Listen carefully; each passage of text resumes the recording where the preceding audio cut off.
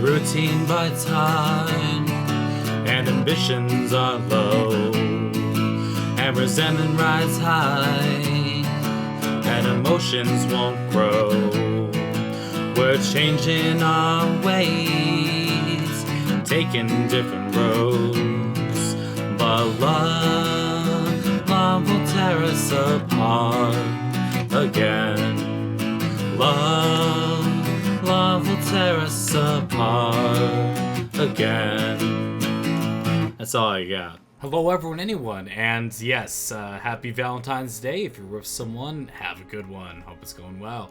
If you're in the forever alone category or just haven't met the special right someone like myself today, then this video is a special shout out to you and the Joy Division song I could crank out while being sick. We're creating a character for Pillars of Eternity. That's what this is all about. So there's a few little qualifiers that need to be put in there, and just to kind of give you before we get started. One is going to be Ziyal, so we'll have a female character this time around. I have no idea. I've played the game for 51 hours or so, making it nearly to end of Quest 2 on hard, and I plan on playing on the hard difficulty rather than Path of the Damned. There might be disappointment to some folks, but it's really the fact is Path of the Damned is kind of just adding longevity to a lot of the fights, and I kind of want to have the game be challenging but not have it be a chore. You know, when a game's kind of more of a chore, sometimes it's more fun to play by yourself because you don't mind it, but when you're trying to play through with other people, it changes things up a little bit. So enough of all that. I'm going to show everyone the options, and we're all going to pick it together pretty much. Here, pretty much we got ourselves different races. Each race is going to have different sorts of effects in their attributes. It's going to be kind of easier just to kind of like go through and scroll. We'll just do human for this point. Oh yeah, you're not just a human. You're part of the meadow folk, the ocean folk. You're part of the savannah folk, and basically these all provide little bonuses one way or the other. So things to keep in mind as we go along. So I'm just kind of trying to get to show where we can put stats in. They have the different starting classes. Barbarian. What's interesting about this is that I also, another qualifier, is I do plan on using the God, that looks ridiculous, doesn't it? Anyway, I do plan on using the companions that come in the game as our characters as well. So it's one of those situations where I plan on using them as much because it's part of the game's story, and to show the game's story off, you need to kind of do this with the possible exception of having like one henchman, which will be another character that we'll all create that will be like you can hire a character and you can pretty much make their stats exactly the way you want them. For the most part, the other characters aren't too bad, but let's just say we're picking something right here. I'm just trying to get to where, good lord, see, this is the thing about this class. When you go through all of these, I'll pub through all this, but I want to get to where this I can show off all the stats and where they matter. Yeah, sounds great. I'm picking something at random here. There we go. So now I can show you all the different stats here. Might gives us little stars here as kind of an indication of stuff. You highly recommended for Paladin, written in all caps, you know. Gives you kind of an indication what's going on here. But here's your different stats. So, might is physical strength and spiritual strength. Why is everything got a little ST? I don't know what's with the character. The font is fun like that. Anyway, the point about it is that fight, for the most part, is that how much damage and healing as well as your fortitude defense. Okay? Moving on. Constitution. Pretty much your health, fortitude, defense, and also your maximum endurance. You have endurance is how much of a pool of energy you have to be able to cast abilities, if you will. Actually, no, I'm sorry, that's wrong. It's actually more like when you get knocked out or how long you can last before you have to rest. That's something that that matters to you. Dexterity, we all know dexterity is kind of more for you stealthy types or stabby types, but it really affects all action speed for spells, abilities, lots of different things. Like, for example, you wouldn't think dexterity be important on like a barbarian or something like that, but it is because attack speed, and also the reflex defense. And I'll go through all that. Okay, perception.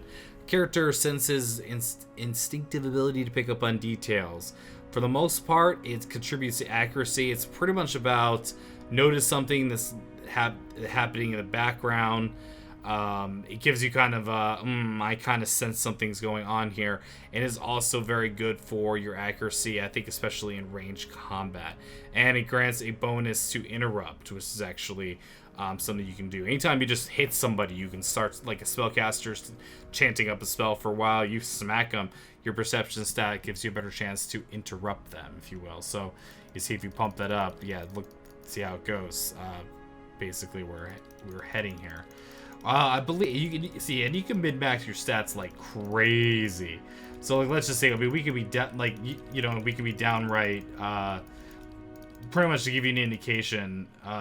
I don't know, maybe it's just because I chose Paladin just kind of as a starting thing to show off, but it'll give you an indication is that the idea is that you have somewhere on the lines of 57 points to spend, and your normal things not taking a negative in something is going to be a this is plus human, so I believe it's a 10. A 10 means you're not no negatives are coming from this. But as you can see, dexterity being so low, you're taking a maximum hit when it comes to this here.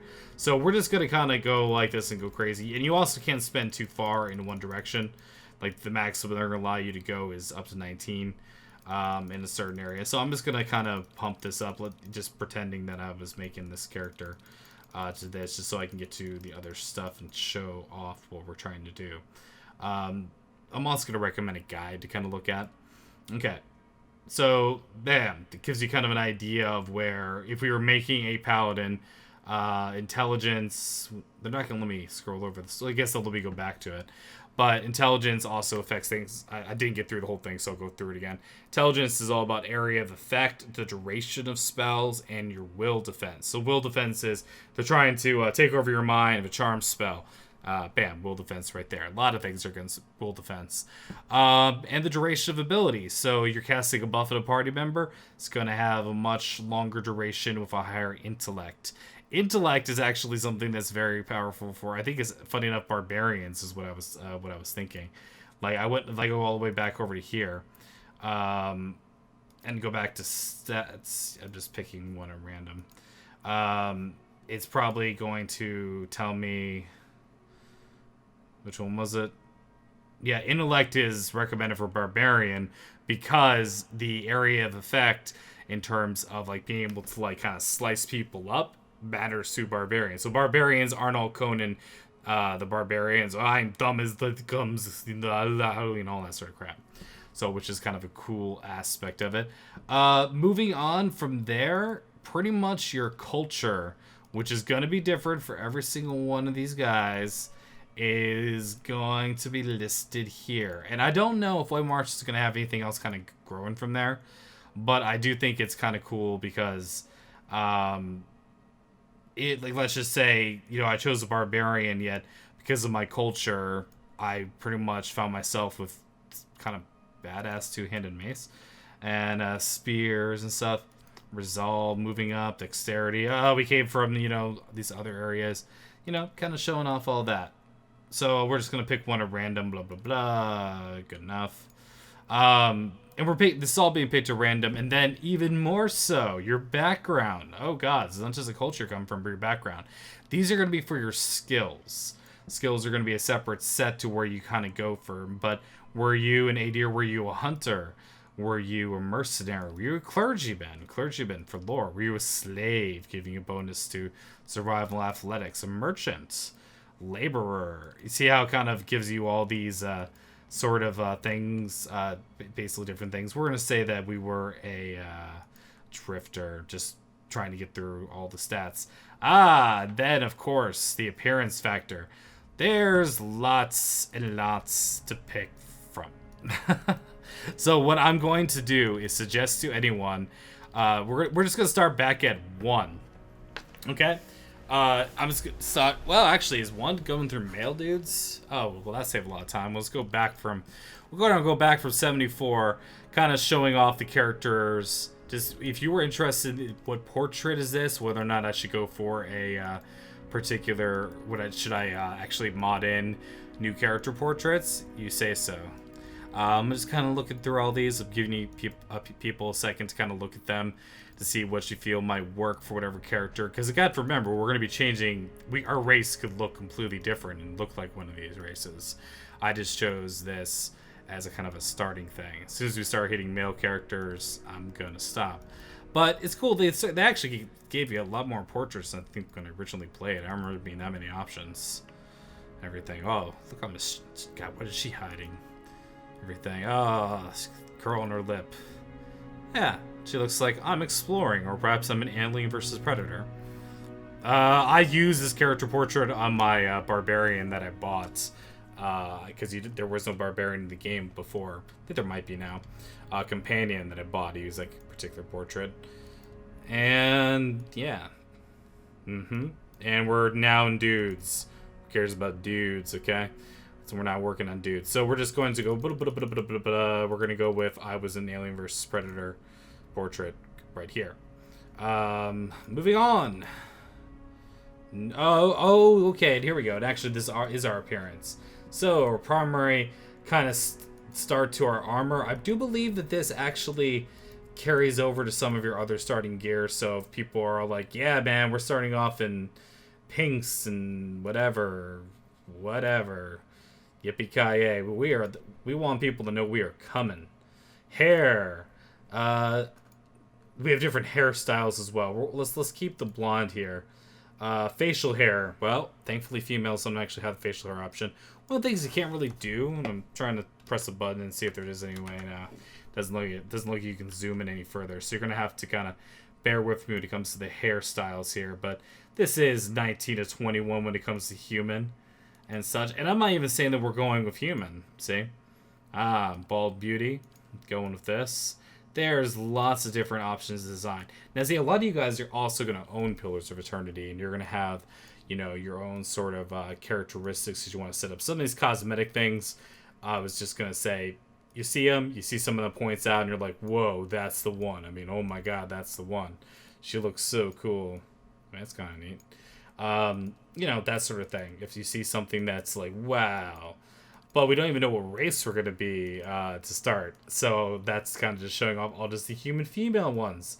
Not to mention, they have different heads. I'm angrier face. I'm okay with everything face. I'm indifferent to everything. And I have smaller eyes and such face. Also, skin tone. I've never seen the sun before in my life. I've seen the sun occasionally. I naturally color this way. I'm naturally colored this way, and black people, or the closest the game comes when it comes to humans, apparently. So that's kind of giving you a different thing. Then when it comes to the voices, I shall lead us. Let's go. A blade in the dark. I'm here. Follow me. Show them how it's done. Quick and quiet. Yep. And we don't care about any of those, or none. They have no voice. Maybe they're mute. Which would be interesting. Yes. Way to kind of roll I shall lead things. us. Let's go. A blade in the dark. Follow me. Show them how it's done. So yeah, kind of giving you Slip past me. an appearance to all this. And then, of course, we all know the name of the character will end up being ba ba ba ba. We're not doing this. We're going backwards, right? We can go backwards, can't we? Yeah, we can go all the way back to the beginning. Thank goodness. Okay, so to give you an indication, but that shows that, we're back to female. And now let's show off the different races and how they kind of go along together. And I think we're going to pick something. See, look, you're going to be blue or going to be this based upon what kind of thing you are here. I'm trying to pick off one that's got a nice little way, like fighter kind of works best. Although if you really want to see skin, I suppose monk's kind of the way to go because they're not really showing off too much. Kind of gives you an indication of what they're going to look like. There you go, monk or wizard, kind of showing off their racial sort of characteristics. Now these are the island folk. They come with a bone. They're kind of the giants, if you will. They're the tallest characters in the game. They're pretty much, they get a bonus to might right from the get-go. And whether or not you choose to be Coastal, which gives you armed to the teeth. You gain additional weapon set, or you gain a bonus defending against prone and stun effects. You know, that's all going to matter towards you and what you decide to pick there. But the big thing about this is that what to keep in mind is between role-playing reasons or whatever, your decisions and actions only really kind of super matter if you're a paladin. For the most part, I usually play these games as a nice guy. But it's kind of the stats is where you kind of go when you're looking at here. Like for a human, and if I was really trying to min-max a human for something like accuracy and damage, fighting spirit. They all get fighting spirit, basically. It's actually just the way they look here. Right? Yeah, it is. So anyway, but the idea is that for some of them it's going to matter. It looks like all humans just get fighting spirit, which is tight. So there we go. We got resolve +1. Resolve also, I'm not sure if we even got a chance to go over that stat. Internal drive, determination, fearlessness, emotional intensity can project to others. Useful for mental intimidation, leadership, and convincing performances. In combat, helps can maintain concentration, contributes to will and deflection bonuses. Deflection bonuses mean I'm deflecting with my shield, or some characters can deflect with like their weapons, I think, but they can deflect with their shield or deflect with whatever. Resolve is a stat that I had to like bump up. The first character I made was a Chanter to kind of give you an indication for those in the know. All right. The Dwarf. Oh boy. The Dwarf, you notice, they get a -1 to dexterity right off the bat. But let's see the different types of dwarf folk we get. Hunter's Instincts. 15 accuracy against creatures of the wild or primordial types. This is a little bit specific, you know what I mean? Mountain Dwarves, the bonus defending against poison, disease attacks. Yeah, that could be useful, right? But +2 might, +1 constitution at the cost of 1 dexterity. Not a bad deal. You know, I mean, if you're not going to care about dexterity, you're not going to care about dexterity. Elf. All right, the elves are dominant race in here, and known for basically dexterity, perception. It's one of those sort of things where they're not really trying to hide it too hard. It's like, yeah, elves are good at like that sort of thing. Wood elf. They have advanced, if they're more than 4 meters away, wood elves gain bonus accuracy, deflection, and reflex. So basically, I'm making a ranged character sort of thing. All pales increase burn and freeze damage reductions. That's cool. So they're just better against some of the elements. Not really a big deal, but that's kind of how they go. All right, moving on. Orlon. Orlon are, I don't know, your furries, basically. I'm trying to think of a way to put this without being offensive, but they're pretty much your not dwarfs, but they're still kind of got the short thing going on, and they're also much more how do I put it, hairy. There you go. They're known for their mental intensity and quickness. Resolve, perception is really boosted up on this one. That's actually interesting, but at a cost to their might because they're tiny. All right, and what do they have in terms of their, if you are a wild Orlon, you are, after being subjugated to a will attack, or Orlons gain a bonus to all defenses. That's not bad, because you'll be attacked by all the time. Bonus all defenses is, kind of helps out there. And when attacking any target that is also being targeted by teammate, Orlons convert some of their hits into crits. Now that's very interesting, because the idea is that, you have 6 people in your party. Your tank is going to be engaging somebody. Let's just say it's a 6v6 battle. You always are going to be trying to have like a line of keeping your meat shields protecting as best you can, having your secondary, your second line to damage dealers who can take a hit if they have to, making sure that these things don't come and hit the people in the very back. But the idea is that, so this kind of works for, like, say something like perhaps a rogue, I guess, with the crit. I'm not quite sure. I don't know. It's interesting. Oh, that's up there. Never really thought about the Herp Orlon before. I think I just played as a human before. I was boring. Anyway, Godlike. What's wrong with your face? Mr. Plinkett reference there. Red Letter Media. Guys, check it out if you haven't seen it. The Godlike are basically what they are. Unusual nature, inability to reproduce are often viewed with fear and wonder. Bonus to dexterity and intellect. Interesting, right? And they got a lot of different ones. Okay, Death's Usher. When Death Godlike attack enemy 25 or less endurance, their damage increase. So basically, they're getting low on health. They're about to bite the dust. They're going in for the kill. Fire. Dear God. Battle Forge, reducible or 50% endurance. They glow like metal, gaining DR and doing a small amount of fire damage to any creature hits them in melee. Kind of makes them kind of a strong tank-like option, or even just any sort of melee type character.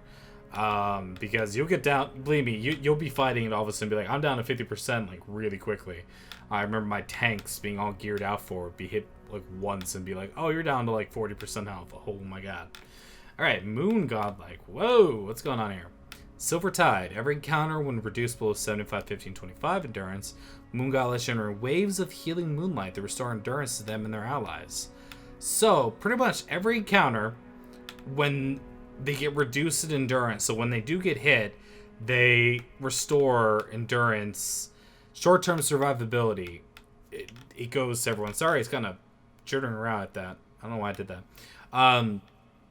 Basically, when the character's endurance reaches 0, they're knocked out. So the idea is that if they're getting hit, they're going to generate little healing things. I have no idea how strong this is, although that seems like it might be kind of a cool thing. Plus, they definitely look pretty cool. The Godlike definitely look cool. Let's not deny that. Nature Godlike, Wellspring of Life. Grants a bonus to might, constitution, and dexterity when endurance is below 50%.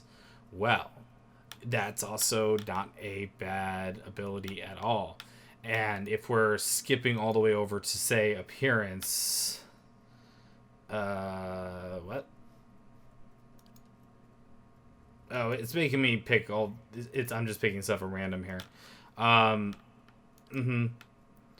Oh, yes. And... yes. And basically the culture for everyone... pretty much giving your bonus to wherever you came from, etc., etc., etc. I'm trying just to the white that wins perception +1. I have a feeling I'm kind of leaning towards perception in this time through. I'm just not sure why, but I am. I'm just giving them whatever. For appearance, this is all. This is basically all you're gonna get. Is that there's no hair options. There's no hair options, and of course, obviously, your portrait. But all you're going to get when it comes to some of these guys is going to be a little bit less here when it comes to this. So really, what I'm going to throw out a guide there and a good link to somebody else's wonderful hard work to kind of show it up. And I wanted to show what it's like in-game to kind of give you an idea of where we'll be taking what kind of character we can do. So kind of the first thing you have to ask yourself is that what class are we going to be interested in picking? Whatever. What class are we going to be picking that we want to do? I will tell you this straight up, that very quickly at the start of things, you pick up people of a fighter, wizardry type nature, and it's not too hard to pick up people of the Chanter, priest, cipher. You can pick these people up. You can find them. If you know where they are, we can go make a dash for them, if you know what I mean, to get some more companions, if you will. But I don't mind playing the same as another class. It'd be nice not to, but from my understanding with the White March Part 2, I think that every class, there's a companion for every single class. I know one that hasn't been represented is rogues. So rogues are definitely really tough because, you really want to... I know look at this. Look at all the numbers that kind of blow your mind at first, but the idea behind it is that they very low here, very low there, but accuracy goes up very high. Defection is low, but the idea is that sneak attack. So whenever they're messed up in any way, you apply attack when you're flanking. Applies bonus damage to the rogue's ranged and melee attacks. You can do a ranged rogue too. I just don't think it's good, to say the least. But they'll need ways to get out of there. But rogue is an option. There's lots of cool stuff. Like last time, I played a Chanter. Chanters are cool because they pretty much when you're starting off, you have the difference between phases and chants and invocations. So the idea is that your phrases and chants are parts of the song or the poem you're telling that gives passive effects to the whole party. But then evocations are at the right time, or when you've chanted long enough, you're able to, bam, you boost up. You're able to use an ability against the enemy, which is pretty cool. I played one before. I probably don't want to play a Chanter again, but especially because there is a Chanter NPC character. But they're pretty cool. So, and I'll go through my experience of each one as we do. Barbarian, like I said, I picked up one from the character creation store because you pretty much can buy one at the tavern, first place you go to. And what's cool about them is they can be tanky. They can be very tanky, and they can be tanky in the sense they're pretty much up there in the front lines, and they're just gonna be healing. They're gonna be able to do a lot of damage, kind of like an AOE in front of them. So if you got one of your tanks engaging the enemy, the barbarian's engaging those enemies as well. So there's like 4 things in front of them. The barbarian's gonna be able to hit and sweep across a lot of targets. I'm not opposed to being an barbarian just because playing with that character was cool. Paladins are interesting, definitely interesting from a lore perspective, because you have inherent bonus to their defenses. The value of this bonus may shift based on your reputation. So if you are a dick to people and are going against your order's holy, thing, don't be a dick to people or whatever, it's going to mess that up. So that's an interesting aspect that could make the game interesting if people have a strong feeling about that one way or the other. Moving forward, priests are cool because, man, they just have really cool... They have a lot of good spells, like straight up. I definitely know the priest NPC character was probably one of my favorites, if not my favorite character of the NPCs. They get a lot of spells, and they're basically, they do it just like they said. They're able to heal, and that's their primary sort of thing, is buffs and heals. But they can also do damage and such. And apparently their reputation's something about their deities, and apparently, I guess, priests have that going on too. I didn't realize that. Yeah, I guess I did realize that. I just kind of forgot. Cypher is very cool. Basic mine hunters. Okay, so they're basically the psionics of the of Pillars of Eternity. The NPC one that you get is really cool character. I like them a lot. Now the problem with them is that the problem with them is that, like any of they're definitely one of the more squishier types. I feel when it comes to damage dealers, they can be decent because anytime you see very low when it comes to endurance, and health very low, like that gives you an indication of how that goes. But the idea is that they can do a lot of cool stuff. Like they can mind control people. They can do a lot of neat stuff. Like if I just started a cipher here, look at the spells you can pick right from the start. You can do stuff like Whisper of Treason. Parts of the secret enemy causes the legions to bend, charming them for the duration. So for the however long charm for 10 seconds, I'm pretty sure the charm effect, this number might be variable depending on what our stats are and how long they're charmed for. Frightened just means enemy runs away. That's awesome. Soul shock. Character standing in the area around target takes shock damage. That's cool stuff. Allied targets +1. Okay, so okay, so they put the outer soul of the character into and that they take shock damage around there. So it's a buff ability, if you will. Pretty cool. Mind Wave. Once again, Mind Wave. Click on it. Mind Wave just raw damage. Cone effect. Targets does this, can knock people down, foe AoE, speed, fast. There's a lot of things to kind of get through, and that's why it's tough. If you haven't played the game before, it's hard to describe it, especially because it's been months and months and months and months since I played. Oh god, I if I looked at my last playthrough, it might even be longer than that, but or it could be closer to a year for all I know. I'm trying to remember how long the game's been out, but I strike. Another one of blinding them. It's against their fortitude defense. You know, so the idea is that this is the sort of stuff they get. And remember, powers grow as your character grows, and you get all this other sort of stuff. What is this? They suffer corrosive damage, so basically it's, you know, acidy type thing versus this beam damage. A lot of these beam type spells, you gotta be very careful because it's like, you want to hit your party members? Well, you better freaking aim, or else you're in trouble. Ranger, I very briefly, towards the end of my run, spent some time with a ranger character, and they're cool because you get an animal companion. Oh yeah. Animal companions are pretty much just a, you know, half of a character, if you will. You know, the other part of the character. Rangers are great from a distance. They do a lot of good damage there.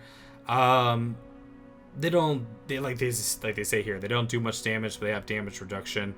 But the thing about it is that if the animal falls, you know, the ranger can, you know, have some problems with that as well. Accuracy is very high. Yeah, they're meant to be attacking from range. Okay, moving on to Druid. Dude, I straight up spent, like, I remember a Druid vaguely in the game, the NPC for it, if I recall, or maybe I was thinking about making one or whatever. Yeah, no, now I remember him. Yeah, basically they could shapeshift, so you want to shapeshift into some cool stuff. Like, let's just see what we can do with level 1. Shapeshift into a stag. Once per encounter. There's per encounter abilities and per rest abilities, etc. Turning them into higher defenses. Yeah. It's like there's a lot, like, druids are weird, man. That's what I'm saying. There's like all this cool stuff. I didn't spend too much time. Regenerates lost endurance, inflicts damage over time with his melee attacks. So the idea is you get shapeshift and all this cool different stuff. So if you want to shapeshift into a bear because go Chicago Bears, then, you know, bam, that's what your character does. Also, I think druids just like straight up, like, look at all this stuff. I'm assuming druids just have abilities to do all this sort of stuff amidst their shapeshift. Does that change? Yeah, it doesn't change. Yeah, so it looks like whatever they have is based upon, they get all these spells regardless, but they're not going to gain like some of these spells will get more powerful as time goes on, but they're not gonna have like a wizard spell book. Which we'll quick skip ahead to wizard. Wizards are very interesting because their spell books, when you actually kill like enemy spellcasters, you'll be able to get spells from them.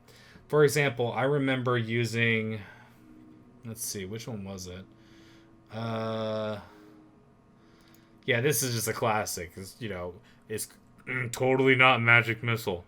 And the idea behind it is that it's hard for them to do this, but you're doing damage to them. Wizard's Double was a defense spell, if I remember correctly. Yeah, deflection. Yeah, until critically hit. So basically, you know, you're able to. Wizards are very interesting. You have a lot of spells. More spells than I remember. Wizards are very interesting. The wizard NPC that you get in the game doesn't start off with the best of spells, but all this can be changed. And like I said, we can always just say, okay, enough of this so-and-so story. Let's go to the NPC shop and pick ourselves up one, you know? There's nothing saying that we can't do all that sort of good jazz. Because I could go through all these spells, and there's so freaking many of them. But the idea behind it is that what kind of thing people are thinking about playing. And I'm just kind of giving a vague overview so people can see. Rogue, like I said, is the one that I barely had anything to do with. I'm interested in a rogue, but a rogue is probably also going to be the number one. I'm not sure if I'm trying to remember if the game ends if your character dies. I don't think so. I don't recall that being the case. But the thing about rogues is rogues are, you know, they're going to need some help to get out of sticky situations, but they're going to be high damage characters. Fighter is just, yo, straight up. Let me do dual wielding spears. I love you. That's awesome. I like spears. The idea is as fighters, basically, they can become very good tanks. Druids can also do the tanking option. A lot of like barbarians can, but melee option. Monks can also be tanks. Monks I never played with, can't tell you anything about them other than, you know, you don't have to worry about putting a weapon in their hand until a certain point. You're going to put a weapon in their hand, obviously, for the stat bonuses, because like any good RPG, they're going to have some stuff attached to them as we go on. So that kind of gives us an idea of the different classes. And like I said, I'm just picking the stuff at random. But what I'm leaning towards myself, and you guys can, you know, obviously the reason why I'm going through all these different classes is I'm leaning towards doing something that I haven't quite done before. I'm open to stuff like Barbarian, even Rogue if I had to. Druid, another fighter for another tanking type character. Monk would be interesting since I have no idea what I'm doing, and I'd probably need a little bit of assistance from those in the know. And the guide that I'm going to be linking down in the description below was what I based a lot of my stuff on. It's very exhaustive, so there's no problem with just you know, calling out your vote and just saying, I want you to be a da-da-da. That's fine. I will say that when the game is really rewarding, and the only reason why I'm doing this like introduction video, like I do a lot of introduction videos to games, why this one's so long in trying to create the one single character, is that it's a lot of information to break down. And this is definitely the sort of game that I'm not playing on the Path of the Damned difficulty, but even playing on hard, you definitely kind of want to min-max your character, meaning you want to have a 4 or 3 in certain stats in order to totally maximize the heck out of others, because you want to hit things very hard, you know, or you want to be able to do that. You know, creating a character who's just, you know, 12s across the board or 13, I'm not sure what the score is, but, you know, that's not nearly as interesting in terms of attributes. Go back to attributes. Well, let me go back to attributes. But the idea is that that gives you an idea of all the different stuff that you can do. So really, down in the comments below, if you'd all be so kind, is toss out some ideas. What kind of class you're interested in, what kind of stats you're more interested in, what sort of thing when you're reading along. The guide that I'm linking is just a simple Steam guide that I read pretty much the entirety of, and it was thick as anything. There's a lot of information to keep in there. What kind of class you're interested in, and with an understanding that I will be taking NPC party members along for the ride, so we may have a doubling up of people. Like I was doubling up Chanters for a while because there was a Chanter NPC, and my main character was a Chanter. It wasn't really a bad thing though. Having 2 of them allowed me to go 2 different paths and provided a lot of buffs and a lot of cool things. So nothing's bad about that.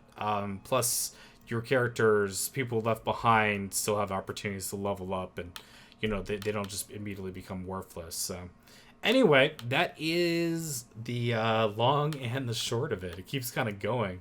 I know. Yeah, see, this is the sort of stuff. This for Chanter, I picked these sort of things. There's so much to do in this game. It's so awesome. It's a really rewarding game. We're talking about a combination of like how Divinity Original Sin had its unique system. Well, they very much have their own unique system here in Pillars of Eternity. That's why it's such a high-rated game as well. It's a little bit more Baldur's Gate, classic D&D. Then I'd say, like the thing about it is that how Divinity Original Sin was a lot more about how everyone could kind of become a hybrid fighter slash caster.